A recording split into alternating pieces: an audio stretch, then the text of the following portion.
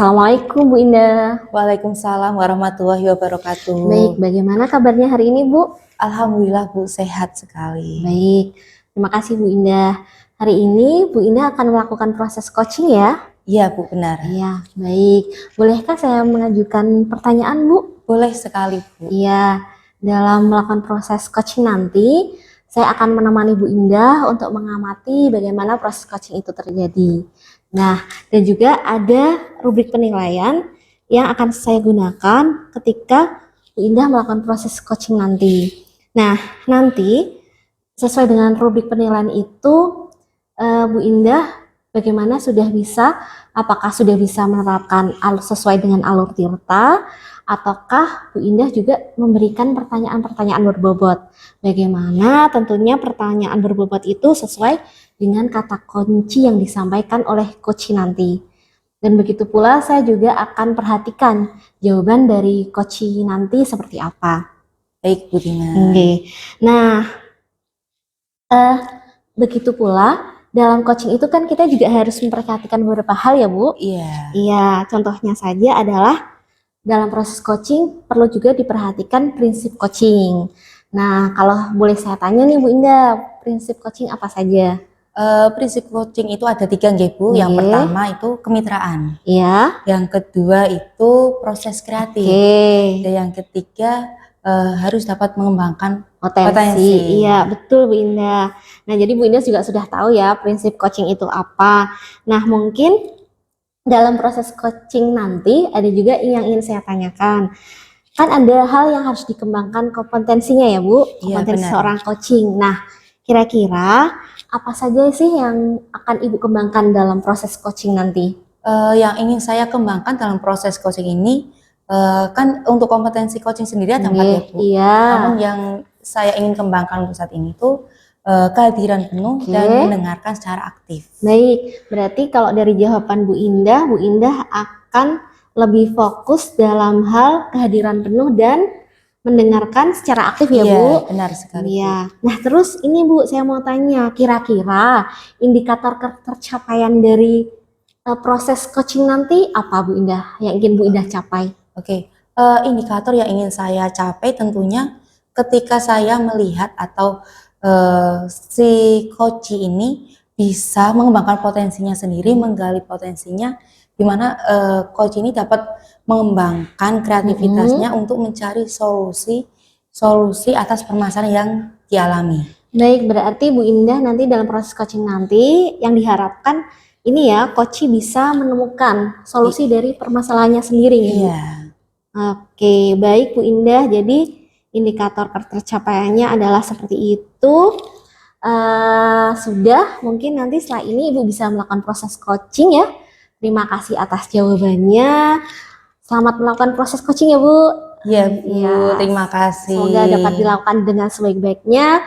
Nanti kita akan berjumpa lagi. Kita akan ini ya Bu, ngobrol-ngobrol lagi setelah Ibu melakukan proses coaching. Baik Bu, terima kasih. Baik, silahkan Ibu melakukan proses coachingnya. Terima kasih Bu Dina. Ya, sama-sama Bu.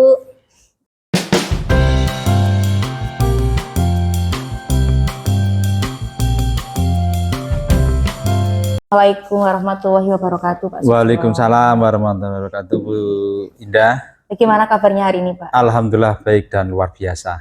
Oke, saya lihat ini Pak Susilo kok kayak banyak beban. Kalau Pak Susilo ada hal yang ingin disampaikan, mungkin bisa cerita dengan saya. Betul Bu, dari beberapa hari ini tuh saya galau.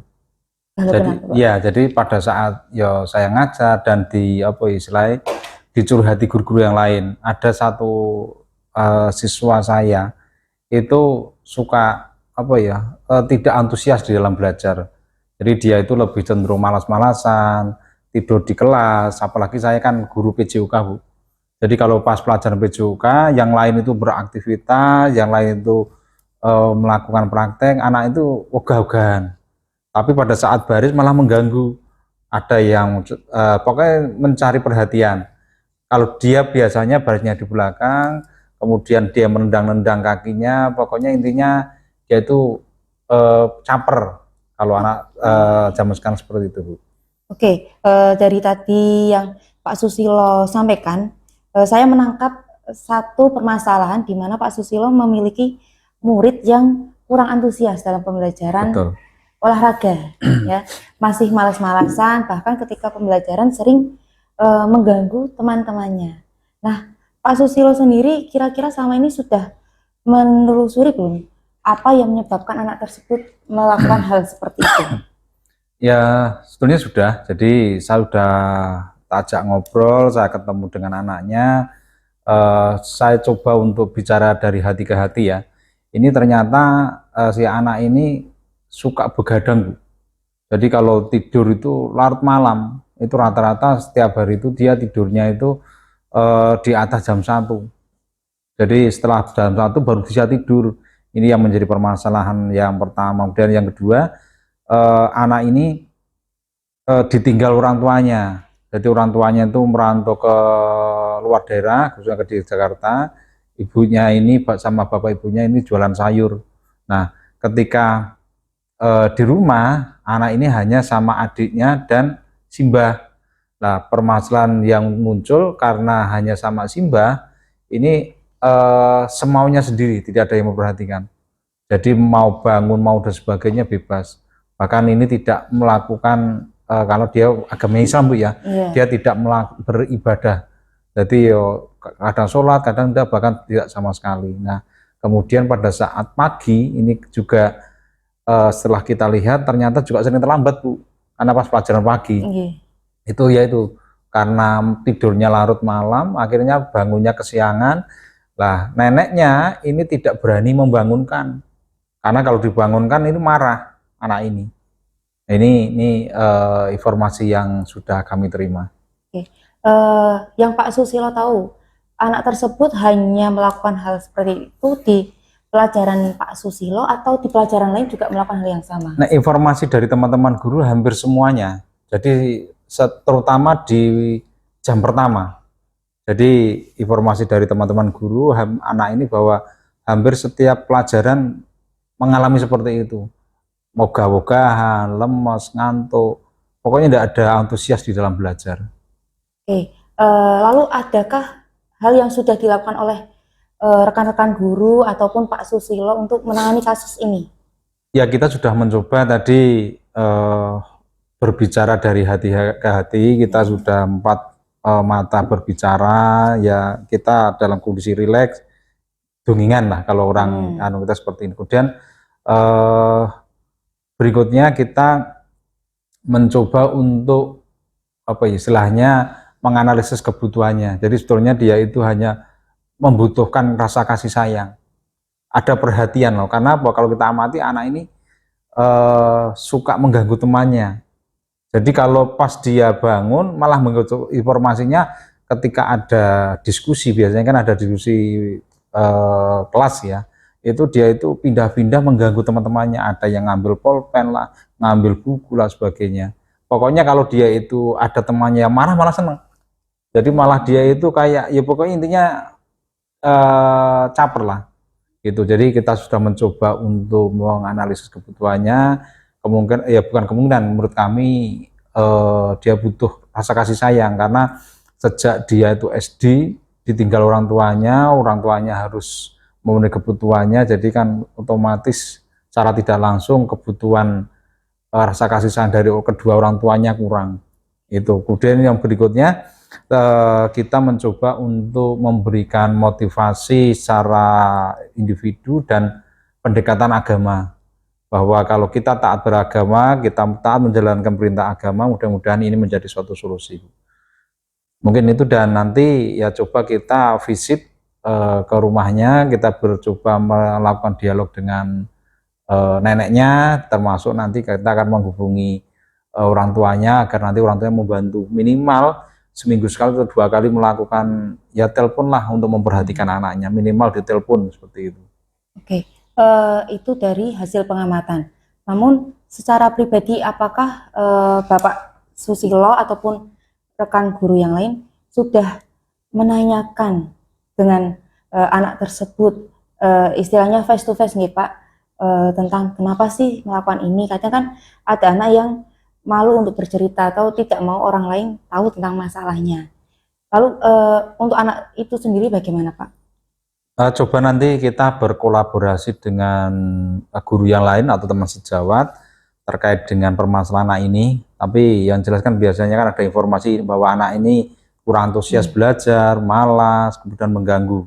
Cuma nanti terkait dengan apakah sudah juga dipanggil, kemudian diajak komunikasi, nanti coba kita kolaborasikan, kita komunikasikan dengan teman yang lain, apakah juga sudah mengajukan ataupun mengadakan langkah-langkah yang sudah saya lakukan, mungkin seperti itu. Nah, nanti apabila juga sama, identifikasinya sama, permasalahannya sama, yang saya lakukan dengan teman-teman yang lain, lah baru nanti kita bersama untuk menangani.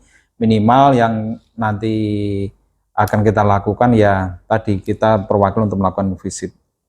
Home visit. Home visit ini yang akan melakukan dari pihak wali kelas, guru BK, atau mungkin guru-guru yang pernah ada sangkut pautnya dengan anak tersebut, Pak. Ya, kebetulan nanti saya sebagai wakil kesiswaan coba nanti akan kita koordinasikan yang pertama dengan guru BK, kemudian wali kelas, dan saya sendiri nanti akan mencoba melakukan visit ke sana.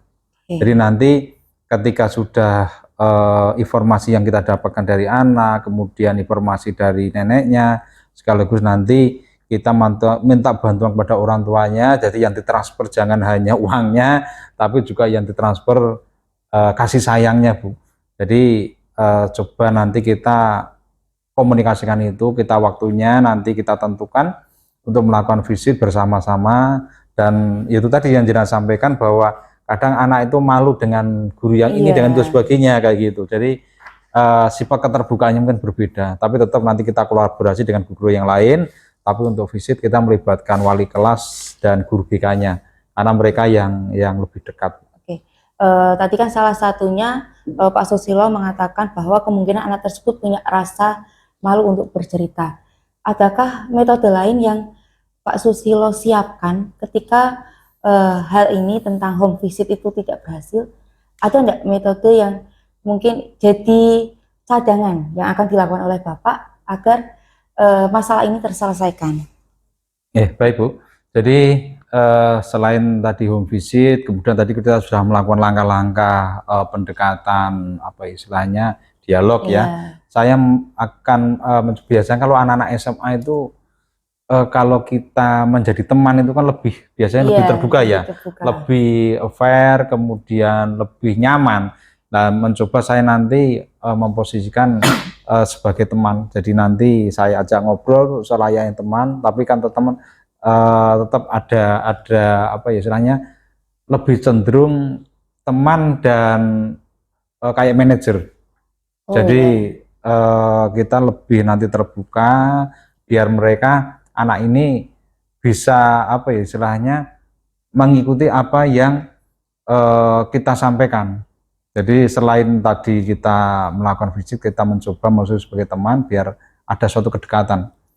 Jadi biar nanti ada perhatian lebih khusus, karena menurut kami analisisnya adalah anak ini butuh pemenuhan kebutuhan akan rasa kasih sayang.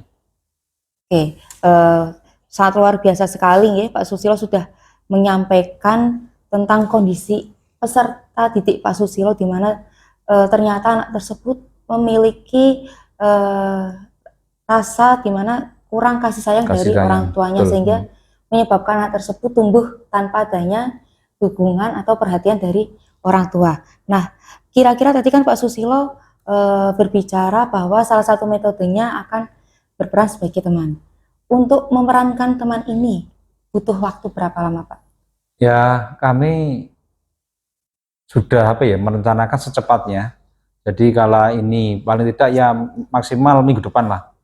Jadi nanti setelah kita melakukan visit, kita sudah koordinasi dengan teman-teman yang lain, kita bersama ke sana, kemudian nanti kita setelah kita melakukan visit juga ada pendekatan itu tadi. Jadi untuk memantau, Bu. Jadi tidak hanya begitu kita visit, kemudian kita sampaikan di situ ada neneknya, ada anaknya, kita lepas enggak. Maka kita memposisikan sebagai teman, terus kita pantau sampai nanti ada satu perubahan.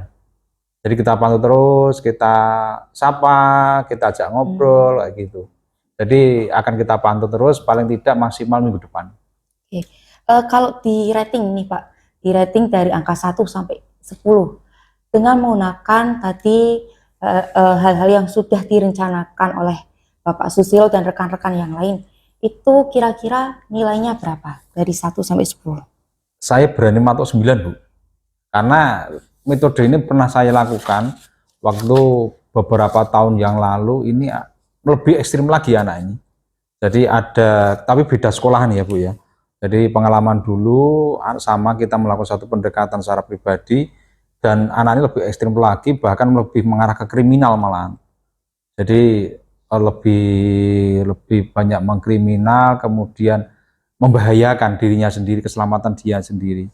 Tapi alhamdulillah dengan pendekatan ya kita masih sebagai teman, kemudian kita banyak ngobrol. Waktu itu kan saya tidak punya apa ya istilahnya kewenangan untuk lebih jauh. Paling hanya sebagai ngobrol pada saat pelajaran saya ngobrol-ngobrol gitu aja. Jadi memposisikan sebagai teman ternyata lebih terbuka dan hatinya tersentuh intinya. Jadi kita tujuannya menyentuh hatinya gitu. Sangat luar biasa Pak.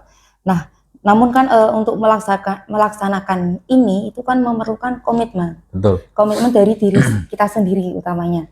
Nah, kira-kira komitmen apa sih yang bisa Pak Susilo lakukan agar rencana ini bisa berjalan dengan baik? Ya, komitmen kami yang pertama dan paling utama adalah bagaimana memecahkan permasalahan si anak tersebut biar mereka kembali ke posisinya sebagai siswa, berjalan dengan baik, dan nanti tentunya setelah lulus dari sekolah ini, harapannya anak ini berhasil menjadi orang yang dibanggakan orang tuanya, dibanggakan agamanya seperti itu. Jadi biar ya lebih antusias lah minimal seperti itu dan bersemangat dalam mengikuti pelajaran. Dalam permasalahan ini ada enggak dukungan dari pihak-pihak lain yang ada di sekolah, mungkin rekan sejawat ataupun siswa lain, ada enggak Pak? Sangat banyak sekali. Jadi kolaborasi dari kepala sekolah, kita tentunya kemarin kita juga sudah menyampaikan kepada kepala sekolah, dan kepala sekolah juga memberikan support untuk segera menindaklanjuti tersebut biar nanti tidak berlarut-larut, karena ini kan aset Bu ya. Jadi anak itu aset kita, jadi harus segera diselesaikan. Kemudian yang kedua support dari teman-teman sejawat ya, jadi mendukung, kemudian ya memberikan support, mudah-mudahan juga berhasil. Tentunya juga yang terkait di sini ada wali kelas dan BK-nya, maka kita libatkan untuk mencari solusi terhadap permasalahan ini. Oke, sangat luar biasa sekali Pak Susilo. Semoga rencana yang Pak Susilo akan jalankan ini bisa berjalan dengan baik. Oke, ada hal yang ingin saya tanyakan nih Pak. Bagaimana perasaan Pak Susilo setelah bercerita tadi? Alhamdulillah plong Bu. Awalnya galau, terus gimana itu. Ternyata setelah kita komunikasi ini ada kembali apa ya semangat lagi untuk menyelesaikan permasalahan ini, karena itu tadi kalau tidak segera kita selesaikan berlarut-larut nanti akan mengganggu yang lain Bu. Ya. Jadi plong, terima kasih waktunya sudah istilahnya mengcoach kami, mudah-mudahan segera akan kita lakukan. Adakah hal yang ingin disampaikan lagi dari Pak Susilo? Mungkin sudah cukup ya. Oke, terima kasih Pak Susilo atas waktunya, dan sangat luar biasa sekali dari cara atau metode yang akan Pak Susilo lakukan untuk menangani kasus salah satu murid Bapak yang sudah Bapak identifikasi permasalahannya apa. Semoga rencana dari Pak Susilo ini bisa berjalan dengan lancar dan anak tersebut benar-benar merasakan ada orang-orang yang mendukung dia. Betul.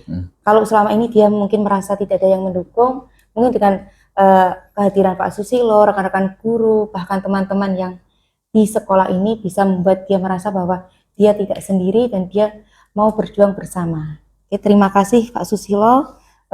Sampai berjumpa kembali. Wassalamualaikum warahmatullahi wabarakatuh. Waalaikumsalam warahmatullahi wabarakatuh.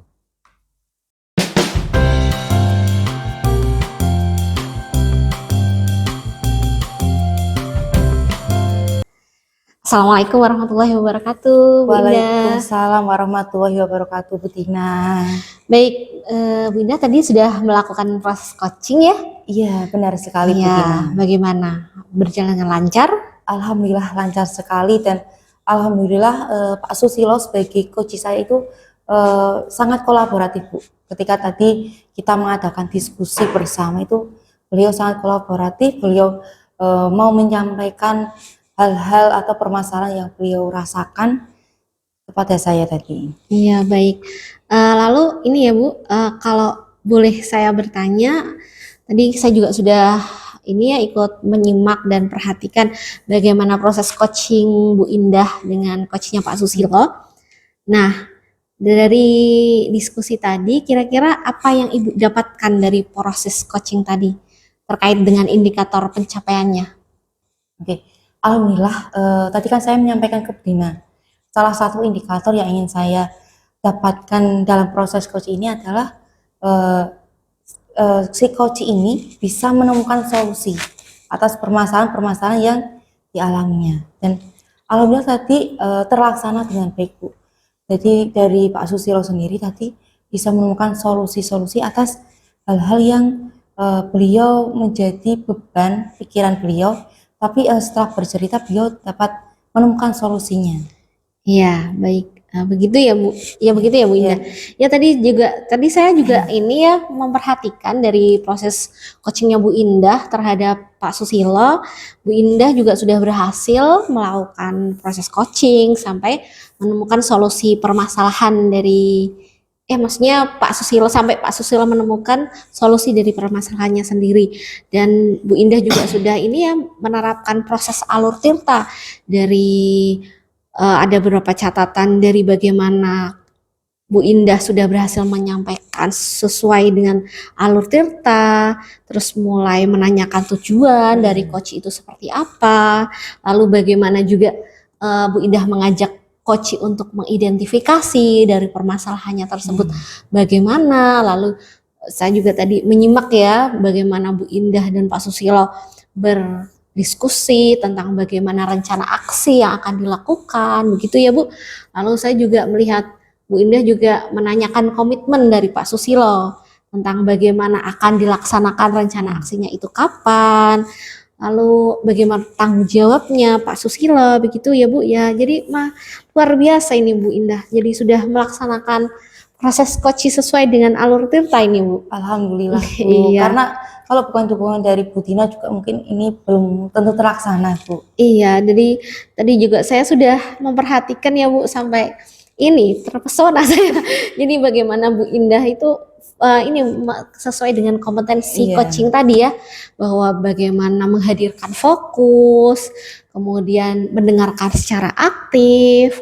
Lalu Bu Indah juga ini ya sudah mengajukan pertanyaan berbobot. Jadi sudah ini kompetensi coachingnya juga sudah ya Bu, luar biasa ini apa yang Ibu sudah lakukan untuk proses coaching hari ini. Mudah-mudahan Ibu sukses ke depannya ya Bu, dan diberikan kemudahan dalam proses coaching-coaching selanjutnya. Amin. Iya. Amin. Dan ini ya Bu, ada lagi nih Bu sebelum kita tutup nih, mau tanya ke depannya kira-kira kompetensi apa sih yang akan ingin Bu Indah kembangkan lagi dalam kegiatan atau dalam melakukan proses coaching ini? Mungkin kompetensi yang ingin saya kembangkan ke depannya itu bisa menanyakan pertanyaan yang berbobot Bu. Karena menurut saya dengan kita memberikan pertanyaan berbobot, kita lebih bisa menggali lagi hal-hal yang sebelumnya aslinya dimiliki oleh coach, namun belum disadari oleh coach itu sendiri. Baik, itu ya Bu, baik, luar biasa Bu. Jadi ini ya, ingin memperdalam lagi kompetensi tentang memberikan pertanyaan berbobot gitu. Jadi bagaimana agar proses coachingnya semakin kedepannya semakin bisa berjalan lebih baik lagi ya Bu Indah. Iya. Baik, itu saja ya Bu Ida. Terima kasih atas sesi tanya jawab hari ini. Ya, semoga itu bermanfaat dalam proses coaching Bu Indah selanjutnya. Begitu, mungkin ngobrolan kita akhiri sampai di sini ya Bu. Terima kasih atas kesempatannya. Saya akhiri. Wassalamualaikum warahmatullahi wabarakatuh. Waalaikumsalam warahmatullahi wabarakatuh. Terima kasih Bu Tina atas kesempatannya hari ini. Baik, terima kasih Bu Indah.